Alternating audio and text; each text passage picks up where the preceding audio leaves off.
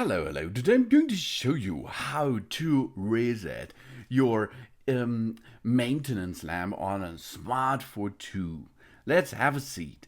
And if you are going to see on screen these tools in front of you, then you have a maintenance situation. And if you finished your maintenance job, you can reset it. You can see in 28 days the maintenance work have to be done.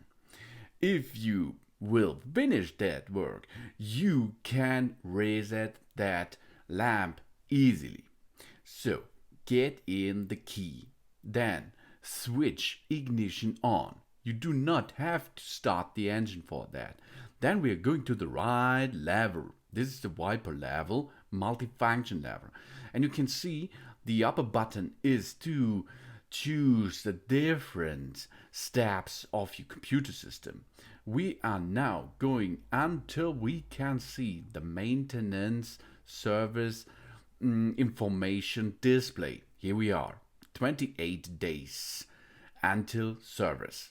Then we are going to push the OK button and hold that for approximately 10 up to 15 or 20 seconds.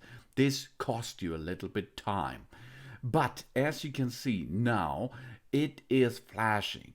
And if you're still pushing again, keep pushing, then it will go back to 20,000 kilometers. Oh yeah! Now we removed the service maintenance lamps immediately. Woo! As you can see, let's restart, and here we go.